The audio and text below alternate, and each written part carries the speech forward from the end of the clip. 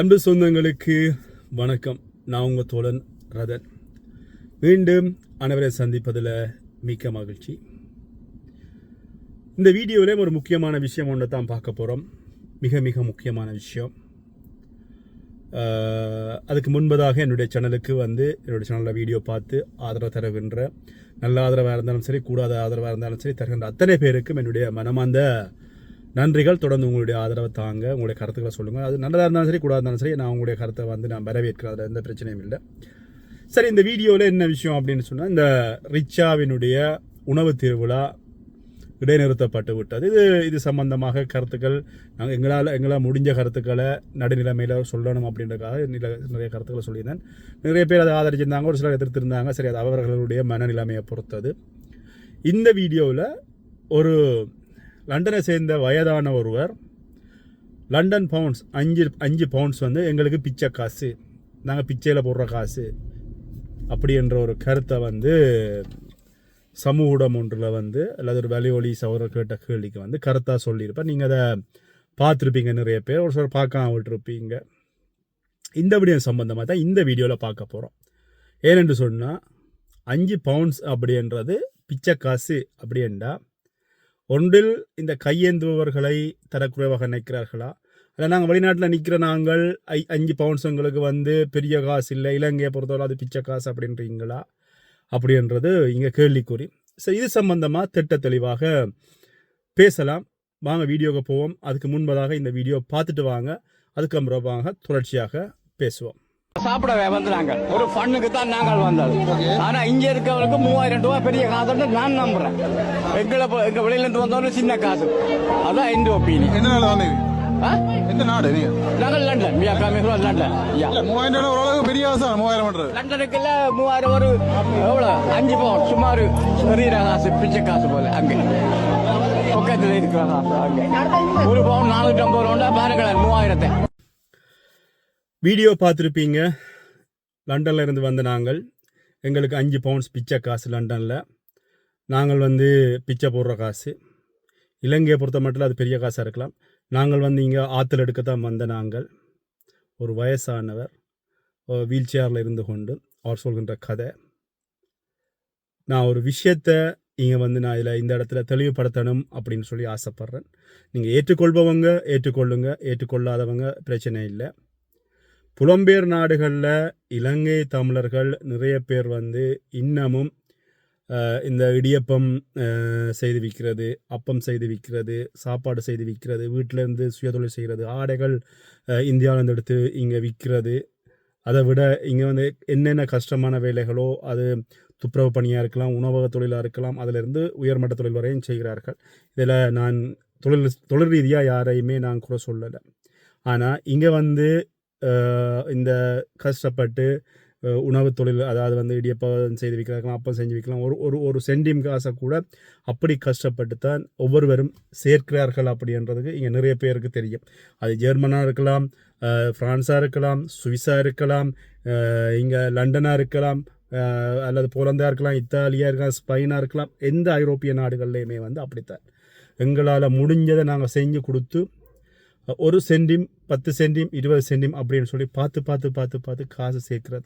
இது ஒரு கஷ்டமான விஷயம். இதை தாண்டி இன்னொரு விஷயம் பார்த்தீங்கன்னு சொன்னால், ஒரு கடைகளில் சாமான் வாங்குறதுக்கு கூட பார்த்து சாமான் வாங்குவோம். இந்த கடையில் ஒரு பொருள் அரிசி இங்கே 2 ரூபா விற்கிதுன்னு சொன்னால், மற்ற கடையில் 1 ரூபா 90 சொன்னால் அங்கே 1 ரூபா 90 தான் போய் வேண்டும். அது தரம் இருக்கா, தரமான பொருளாக, அது எதுவுமே பார்க்குறதில்ல. எங்கே விலை குறைஞ்சிருக்கிறதுன்னு சொல்லி பார்த்து 10 சென்டிம் 20 சென்டிம் அப்படின்னு சொல்லி பார்த்து சாமான் வாங்குவாங்க. அதை விட இந்த பல்பொருள் அங்காடிகள், இந்த லிடிலாக இருக்கலாம், அக்ஷோனாக இருக்கலாம், அதை விட வேறு என்ன இருக்கிறது, கஃபூராக இருக்கலாம், ஓஷானாக இருக்கலாம். இதுகளில் எப்போ மலிவு விலையில் பொருட்கள் போடுவார்கள்னு சொல்லி அந்த புத்தகம் வீட்டை லெட்டர் பாக்ஸில் அவங்க போடுகின்ற போது அந்த லெட்டர் பாக்ஸில் அந்த புத்தகங்களை பார்த்து அதை மார்க் பண்ணி என்னென்ன பொருட்கள் விலை குறைவாக இருக்குன்னு சொல்லி ஒரு கடையாக போய் தேடி விலை குறைஞ்ச பொருட்களை வாங்கி சாப்பிட்ற விஷயங்கள் குறைஞ்ச பொருட்களை வாங்குறது இவ்வாறான சம்பவங்கள் இருக்குது. ஆடைகள் கூட இப்போ சோல் போடுவாங்க, அதாவது வந்து இப்போ மலிவு விலையில் விற்பாங்களா அப்படின்னு சொல்லி பார்த்து 50 சென்டி 1 சென்டிமாக சேர்த்து தான் இந்த காசு சேர்க்குறது. இல்லை இன்னும் நான் இதை இறங்கி நான் சொல்லணும் அப்படின்னு சொன்னால் நிறைய வீடுகளில் சரியான முறையில் உணவு இல்லை. ஒரு கிழமைக்கு சமைக்கிறது, அது வந்து அநேகமான வீடுகள் 90% வீடுகளில் வந்து சரியான முறையான உணவு பழக்க வழக்கம் இல்லை.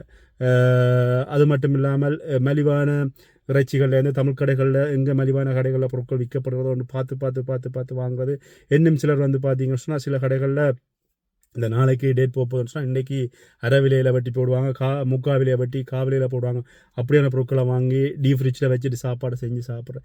இப்படித்தான் புலம்பெயர் தேசங்களில் காசு சேர்க்குறாங்க. இதை நான் தப்பாக இங்கே வந்து நான் சொல்லலை. அது அவர்களுடைய பொருளாதார நிலைமை. அந்த பொருளாதார நிலைமையினுடைய அடிப்படையில் அவர் என்னால் ஏது ஏழுமோ அதன் அடிப்படையில் ஒவ்வொருவரும் தங்களுடைய பொருளாதாரத்தை வளர்க்குறாங்க. இப்போ இந்த வீடியோவில் இந்த குறிப்பிட்ட நபர் சொன்ன விஷயம் 5 பவுண்ட்ஸ் வந்து எங்களுக்கு பிச்சை காசு.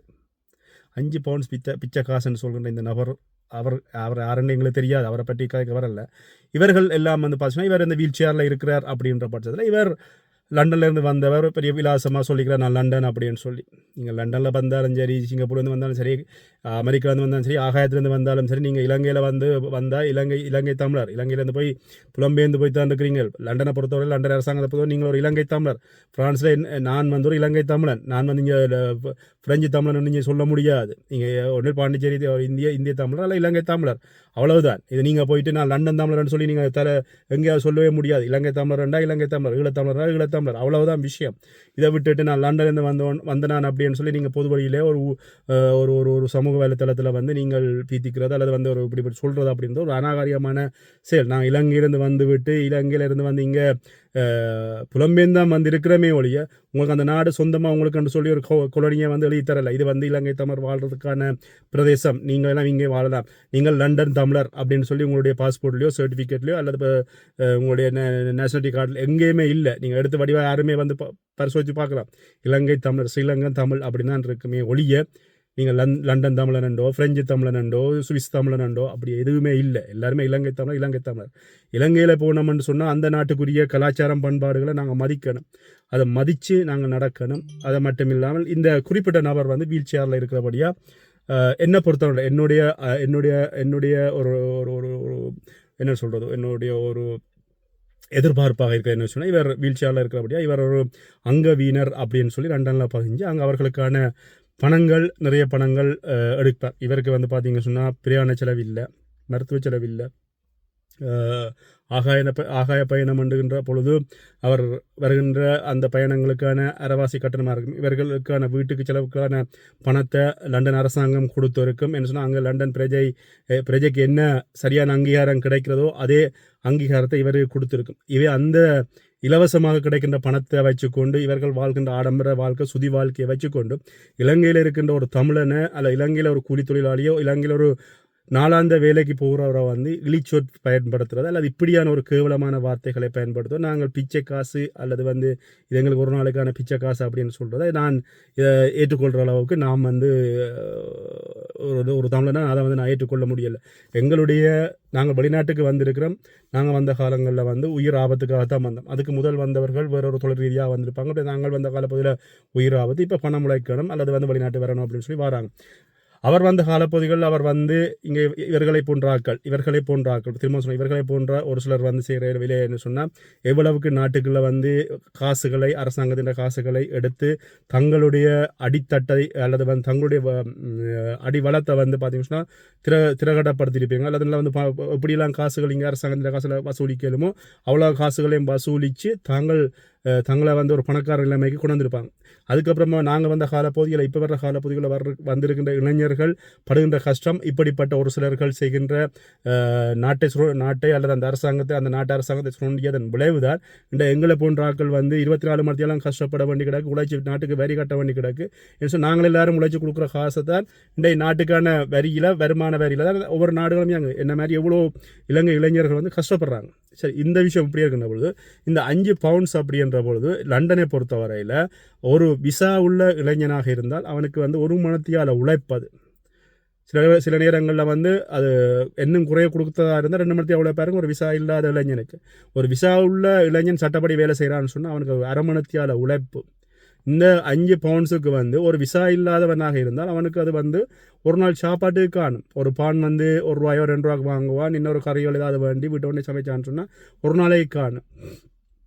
இல்லை ஒரு குடும்பக்காரனாக இருந்தால் ₹5 பவுண்ட்ஸ் இருக்குன்னு சொன்னால் ஒரு குடும்பக்காரனுக்கு வந்து அது கறிவேப்பிலையாக இருக்கலாம், அல்லது வந்து வேறு சின்ன சின்ன பொருட்கள் 5 ஒரு 4-5 பொருட்கள் ஒரு €1 பொருட்கள் வாங்கப்படும். ஒரு கட்டு கறிவேப்பிலை நினைக்கிறேன் ₹1.50 ₹1.60 ₹1.70 வேணும் நினைக்கிறேன். சரி, €1.50 €50 பவுண்ட்ஸ் வந்து வச்சாலே €1 50 அவர் அந்த கறிவேப்பிலை கட்டு வாங்கினா சொன்னால் அவருக்கு 2 கிழமைக்கு வடிவாக காணும்.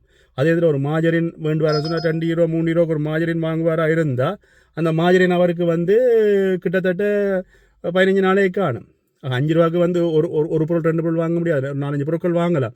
இப்படி இந்த அரசாங்கத்தினுடைய வருமானங்களில் அரசாங்கத்தை நம்பி இப்படி இருக்கிறவர்கள், அரசாங்கத்தினுடைய செலவில் இவர்கள் வாழ்கிறவர்களுக்கு வந்து அது பிச்சை காசாக இருக்கலாம். ஆனால் கஷ்டப்பட்டு உழைக்கிறவனுக்கு அது வந்து ஒரு ஒரு ஒரு ஒரு அவன் உழைப்பு.